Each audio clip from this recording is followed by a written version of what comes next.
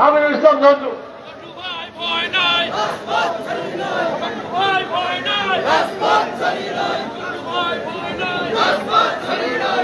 বিসমিল্লাহির রহমানির রহিম। আজকে এই মহাসমাবেশে আমাদের মাঝে উপস্থিত আছেন রাজবাড়ী জেলা বিএনপির দুই বারের সাবেক সফল সাধারণ সম্পাদক, রাজবাড়ী 2 আসনের বড় মানুষের নেতা, আমাদের ভালোবাসা ভালো লাগার প্রিয় নেতা হারুনুর রশিদ হারুন ভাই সহ বিএনপি সকল অঙ্গ সংগঠন এবং সহযোগী সংগঠনের নেতৃবৃন্দকে আমি রাজবাড়ী জেলা যুবদলের পক্ষ থেকে বিপ্লবী সালাম এবং শুভেচ্ছা জানাচ্ছি। সংগ্রামী সহযোদ্ধা, আমি আজকে মা মাটি মানুষের নেত্রী দেশনেত্রী বেগম খালেদা জিয়াকে সুস্থ করার জন্য দোয়া করছি।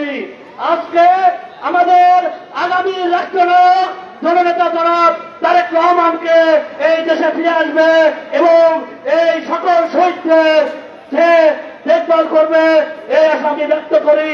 আমি শুধু একটি কথাই বলবো, আজকে হেফাজত ইসলাম থেকে শুরু করে আজকে এতিমদের আত্মনাদে আজকে বিএনপি সহ সকল নেতৃবৃন্দ আজকে গুম খুন করেছে।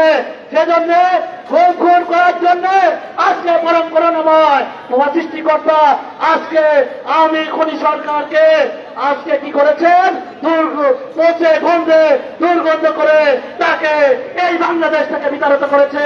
সংগ্রামী সহযোদ্ধা, আমি কোন বক্তব্য দেব না, আমি আমার কথা শেষ করব।